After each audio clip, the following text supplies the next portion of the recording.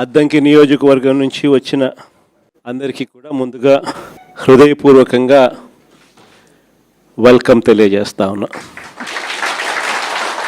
ఆ నియోజకవర్గంలో మంత్రి గారికి ఉన్నంత వ్యతిరేకత బహుశా ఏ నియోజకవర్గంలో ఇంకొకరికి ఎవరికి ఆ స్థాయిలో వ్యతిరేకత లేదు. చంద్రబాబు నాయుడు గారి మీద తీవ్ర స్థాయిలో వ్యతిరేకత ఈ స్థాయిలో ఉంటే అద్దంకి నియోజకవర్గంలోకి వచ్చేసరికి ఇంకా ఈ స్థాయిలోకి ఇంకా ఎక్కువగా తీవ్రంగా ఉంది. అలాంటి పరిస్థితుల మధ్య ఈసారి ఎన్నికలు జరగబోతూ ఉన్నాయి. ఇలాంటి పరిస్థితుల్లో కూడా ఒక డాక్టరు అశోక్ను మీ అందరికీ కూడా ముందుగానే ఎన్నికలు చాలా దూరంగా ఉండగానే అశోక్ని తీసుకొని రావడం, తాను కూడా డాక్టర్గా మంచి పేరు సంపాదిస్తూ ప్రతిపక్షంలో ఉన్నప్పుడు, అందులో చంద్రబాబు నాయుడు గారి లాంటి రాక్షస రాజ్యంలో యుద్ధం చేస్తూ ఉన్నప్పుడు కేసులు ఉంటాయని తెలిసి, హెరాస్మెంట్ ఉంటుందని తెలిసి, కార్యకర్తలకు ఇలాంటి సమయంలోనే ఇంకా తోడుగా అండగా ఉండడానికి ఇంకా శ్రమ పడవలసి వస్తుందని తెలిసి కూడా అశోక్ ముందుకు వచ్చినాడు. ఎన్నికలప్పుడు చంద్రబాబు నాయుడు అన్న మాటలు ఏమిటి, ఎన్నికలు అయిపోయిన తర్వాత చంద్రబాబు నాయుడు గారు చేస్తూ ఉన్న పాలన ఏమిటి అని చెప్పి ఏ చిన్న పిల్లాడిని అడిగినా కూడా ఈరోజు రాష్ట్రంలో చెప్పగలుగుతున్నాడు.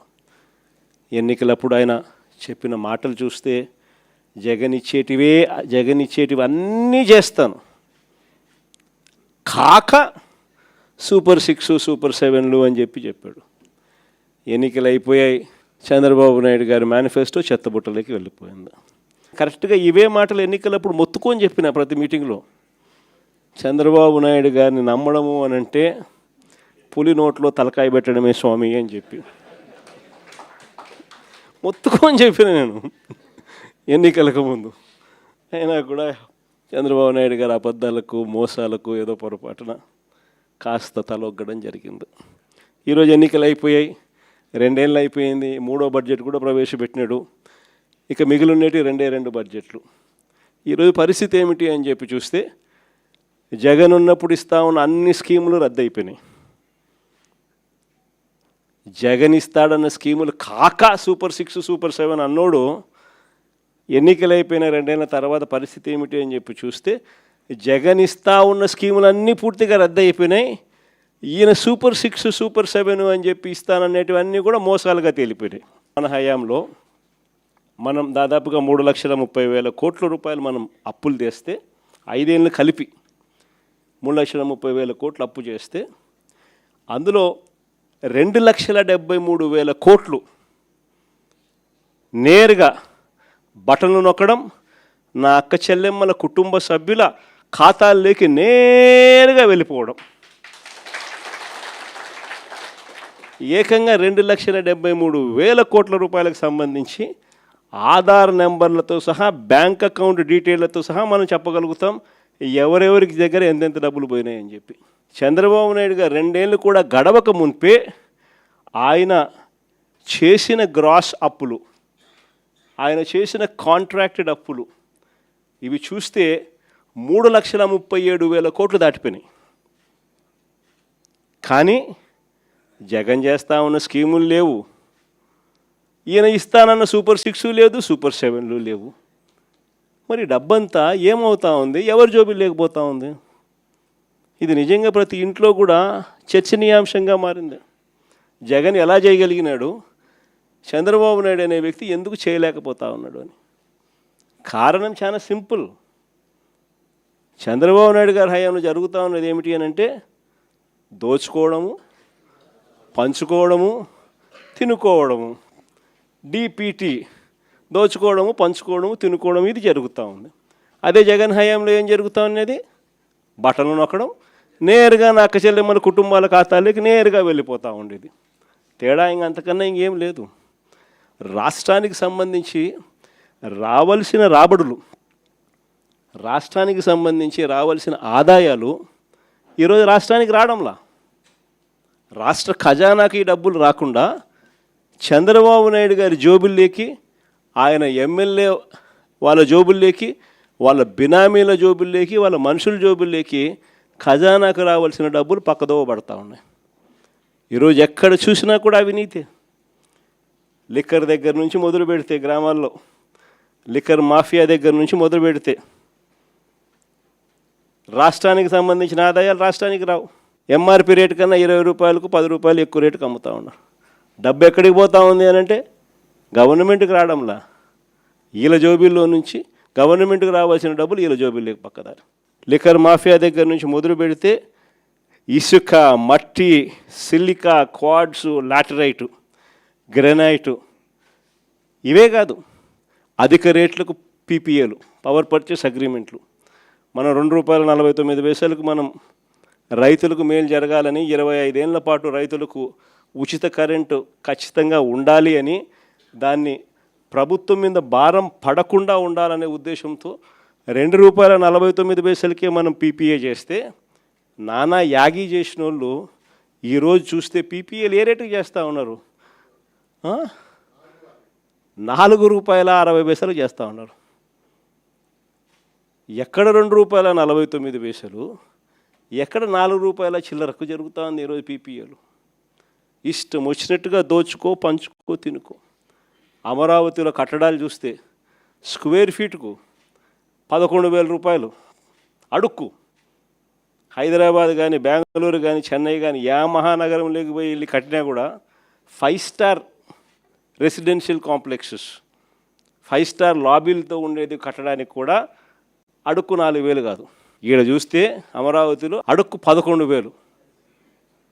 ఎక్కడ చూసినా అవినీతే. ఇంకా భూముల విషయంలో నేను చెప్పాల్సిన పనిలే. శనిక్కాయలకు, బెల్లాలకు వాళ్ళకి ఇష్టం వచ్చిన వాళ్ళకి ఇస్తూ ఉన్నారు. ఏకంగా ఇలా బంధువు బాలకృష్ణ అల్లుడు 5,000 కోట్ల రూపాయలు విలువ చేసే భూమిని నేరుగా వీళ్ళకి ఇష్టం వచ్చినట్టు శనిక్కాయలకు, బెల్లాలకు కట్టబెడతా ఉన్నారు. ఈ రకంగా రాష్ట్రానికి సంబంధించిన ఆదాయాలు ఏవి కూడా రాష్ట్రానికి రాకుండా అన్ని రకాలుగా కూడా దోచుకోవడము, దోచుకున్నది తినుకోవడమే జరుగుతూ ఉంది. ఇంకా ఆశ్చర్యం విషయం ఏంటో తెలుసా? అసలు రాష్ట్రంలో పరిపాలన అనేది ఎక్కడ తాగడంలా, వ్యవస్థలన్నీ కూడా మొత్తం కుప్పకూలిపోయినాయి. ఈరోజు పిల్లల చదువుల గురించి ఎవరు పట్టించుకోవడంలా, ఫీజు రీయింబర్స్మెంట్ అందక ఏకంగా ఫీజులు కట్టలేని పరిస్థితిలో పిల్లలు చదువులు మానేస్తూ ఉన్న పరిస్థితులు ఈరోజు మొట్టమొదటిసారిగా చూస్తూ ఉన్నాం. వైద్యం గురించి నేను చెప్పాల్సిన పనుల దాదాపుగా 3,000 చిల్లర కోట్ల రూపాయలు రాక నెట్వర్క్ హాస్పిటల్స్ అన్నీ కూడా బోర్డు తిప్పేసి ఆరోగ్యశ్రీ పేషెంట్లకు వైద్యం చెయ్యమని చెప్పి నిర్మోహమాటంగా చెప్తూ ఉన్నాయి. ఈరోజు పరిస్థితి విద్య తెరమరుగైపోయింది. నాడు నేడు కనపడ్డంలా, బడులలో ఇంగ్లీష్ మీడియం కనపడ్డంలా, బడులలో గోరుముద్ద క్వాలిటీ తగ్గిపోయింది, బడులలో ట్యాబులు ఇచ్చే పరిస్థితి లేకుండా పోయింది. 3వ తరగతి నుంచే టోఫుల్ ఒక పీరియడ్గా ఇంగ్లీష్లో బోధన చేసే పరిస్థితులు ఈరోజు రాకుండా పోయాయి. చదువులు పూర్తిగా తిరోగమనంలోకి వెళ్ళిపోయాయి. గవర్నమెంట్ బడులలో పిల్లలు జాయిన్ కావడంలా. విద్య పరిస్థితి అది, వైద్యం పరిస్థితి ఇది. రైతుల పరిస్థితి చూస్తే ఏ పంటకు కూడా ఈరోజు కనీసం గిట్టుబాటు ధరలు రాని పరిస్థితిలోకి ఏ పంటకు రాని పరిస్థితి. అంతటి దారుణంగా ఈరోజు వ్యవసాయం జరుగుతూ ఉంది. రైతుల గురించి పట్టించుకునే పరిస్థితి లేదు. మరీ ముఖ్యంగా యుద్ధం పేరు చెప్పి వంట నూనె కేజీ ₹40 ఇప్పటికే పెంచేసినారు. పప్పుల ధరలు ఇప్పటికే కేజీ ₹15 నుంచి ₹20 పెరిగిపోయింది. ఉచిత గ్యాస్కు దిక్కు లేదు. కానీ ఈ మనిషి ఈరోజు గ్యాస్ కొనాలనుకున్నా కూడా బ్లాక్లో 2,000 ఇస్తావా, ₹3,000 ఇస్తావా అని చెప్పి అడిగే పరిస్థితిలోకి ఇప్పుడే వెళ్ళిపోయింది. ఒకవైపున గ్యాస్ పరిస్థితే, ఈయన గ్యాస్ మాటలతో, గ్యాస్ లైటింగ్తో ఇప్పటికీ ఈ పరిస్థితి ఉంటే, ఈ పెద్ద మనిషి ఇప్పుడు కిరోసిన్ ఇస్తాడంట. 1 లీటర్ కిరోసిన్ ఇస్తాడు, పండగ చేసుకోమంటాడు. అసలు కిరోసిన్ ఇస్తే స్టవ్లు ఆడుండాయి. అందరికీ గ్యాస్ స్టవ్లు ఉన్న పరిస్థితి నుంచి ఇప్పుడు కిరోసిన్ స్టవ్లు కిరోసిన్ స్టవ్లు లేవు. ఈయన 1 లీటర్ కిరోసిన్ ఇస్తా, పండగ చేసుకోమంటాడు. యుద్ధం పేరు చెప్పి గుడ్ల రేట్లు కూడా పడిపోయిన పరిస్థితిలో ఈరోజు రైతు అల్లాడుతూ ఉన్నాడు. మొక్కజొన్న క్వింటాలు 1,400 కొనే నాతుడు లేడు. కొక్కోకు ధర లేదు, శనగ పంటకు ధర లేదు, అరటి పంటకు ధర లేదు, టమాటో పంటకు ధర లేదు. రైతుల పరిస్థితి ఇది. అయినా పాలన మీద ఏమాత్రం ధ్యాస లేదు. ఈ మనిషి చంద్రబాబు నాయుడు గారి పాలనలో ఈరోజు పాలనంతా ఒకవైపు ఇట్లా కనపడుతూ ఉంటుంది. మాటలు చూస్తే మాత్రం కోటలు దాటుతాయి. ఈ మధ్యకాలంలో మీ అందరికీ కూడా గుర్తుండే ఉంటుంది. మెటల్ స్టీల్ అని చెప్పి నక్కపల్లిలో మెటల్ స్టీల్ అని చెప్పి ఆయనేది ఇచ్చినట్టుగా దానికి బిల్డప్ ఇస్తూ దానికి ఒక అడ్వర్టైజ్మెంట్ ఇస్తూ దాని గురించి ఈ మధ్యకాలంలో పెట్టాడు. నాకు ఆశ్చర్యం అనిపించింది అసలు. అయ్యే చంద్రబాబు నాయుడు క్రెడిట్ చోరీకైనా క్రెడిట్ దోపిడీకైనా ఒక హద్దు పొద్దు ఉండాలి.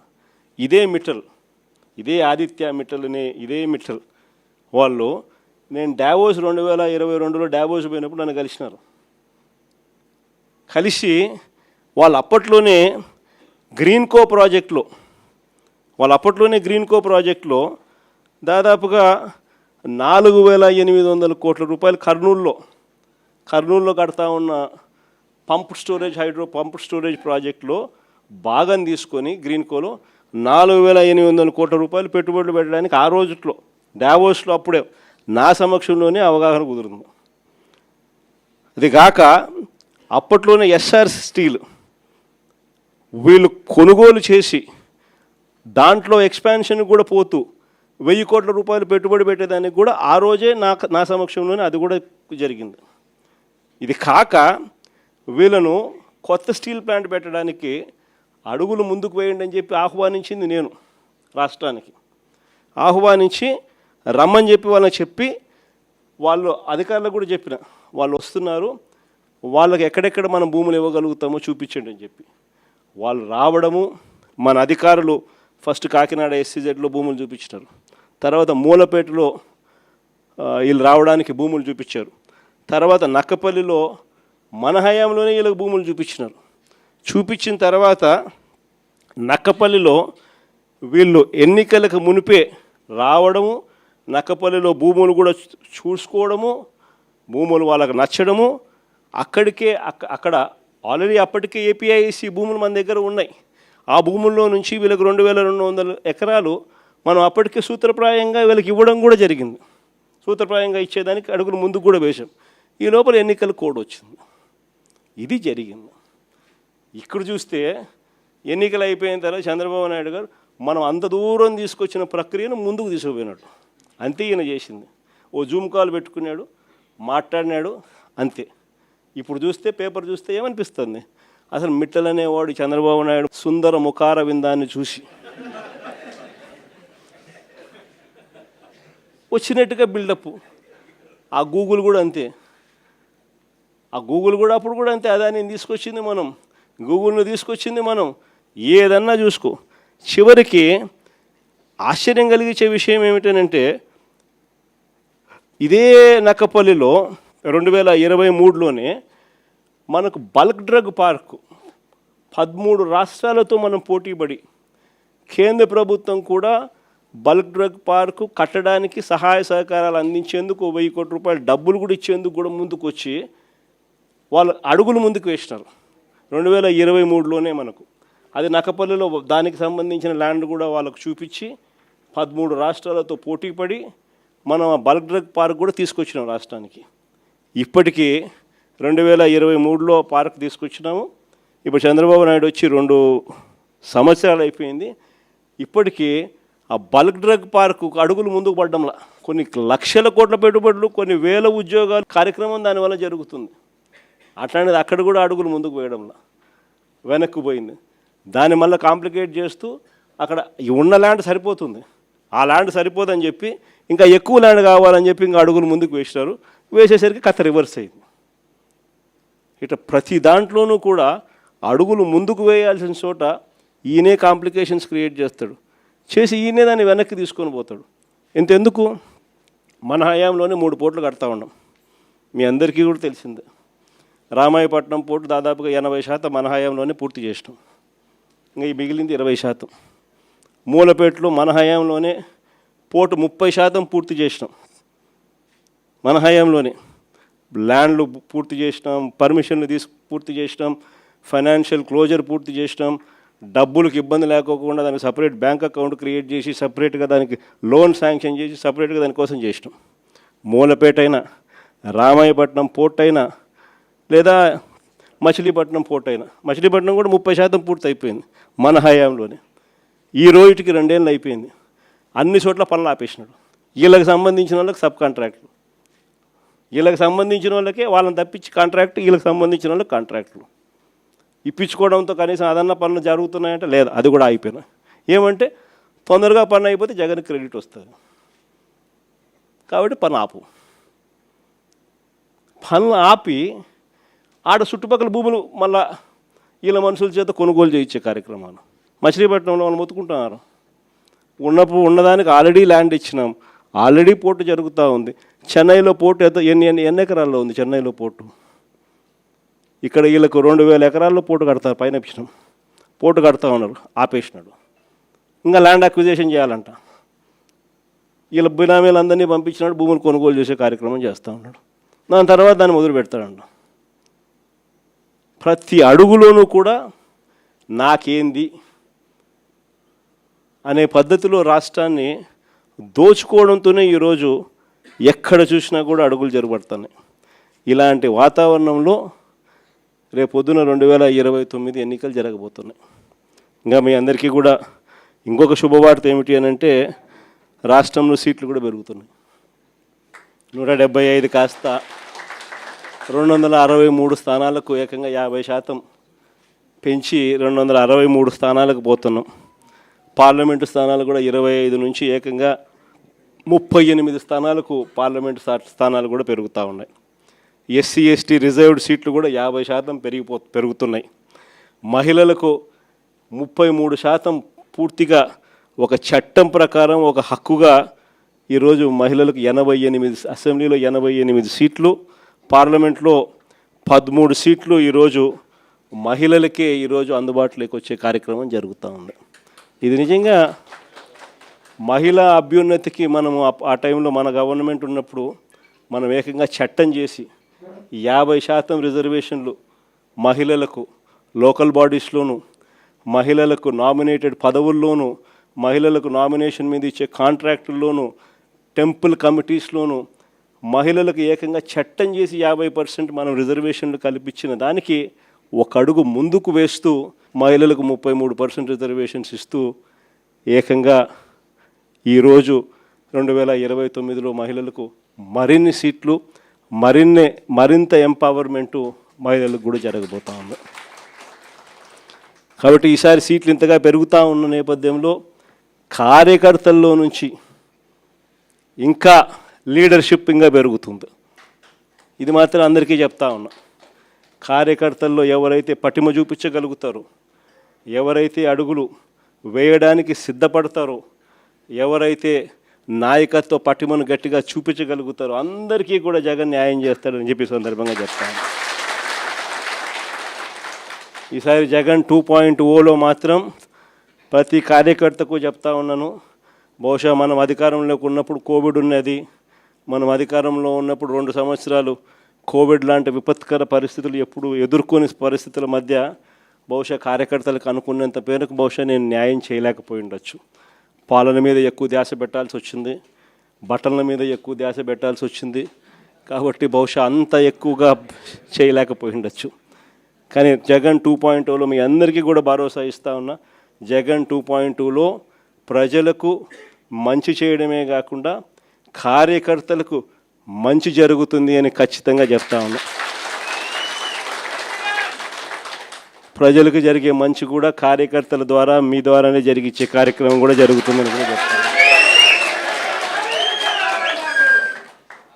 కాబట్టి ఖచ్చితంగా రాబోయేది మంచి రోజులు. చూస్తా కళ్ళు మూసుకొని కళ్ళు తెరిచేసరికి 2 ఏళ్ళు అయిపోయింది. ఇక మిగిలిండేది కేవలం 3 సంవత్సరాలు. ఈ 3 సంవత్సరాల్లో కూడా ఇంకా 1.5 సంవత్సరం ఇలా గడిచిపోయింది అని అంటే ఆ తర్వాత ఎలాగో చివరి 1.5 సంవత్సరం నా పాదయాత్ర కూడా ఎలాగో జరుగుతుంది. ఆ తర్వాత చంద్రబాబు నాయుడు ప్రతిరోజు సినిమా చూపించే కార్యక్రమం ప్రతిరోజు కూడా జరుగుతుంది. కాబట్టి చంద్రబాబు నాయుడు గారు చేసే ఈ రెడ్ బుక్ పాలనైనా, చంద్రబాబు నాయుడు చేసే ఈ అన్యాయాలైనా ఇక టైం దగ్గరకు వచ్చింది. ఆయన గురించి ఇక భయపడాల్సిన అవసరం లేదు. ఆ భయపడే రోజులు ఇంక పోయాయి. ఇక నుంచి చంద్రబాబు నాయుడిని గట్టిగా నిలదీసే కార్యక్రమాలకు శ్రీకారం చుట్టవలసిన రోజులు దగ్గరకు వచ్చినాయని మీ అందరికీ కూడా ఈ సందర్భంగా విన్నవిస్తాను.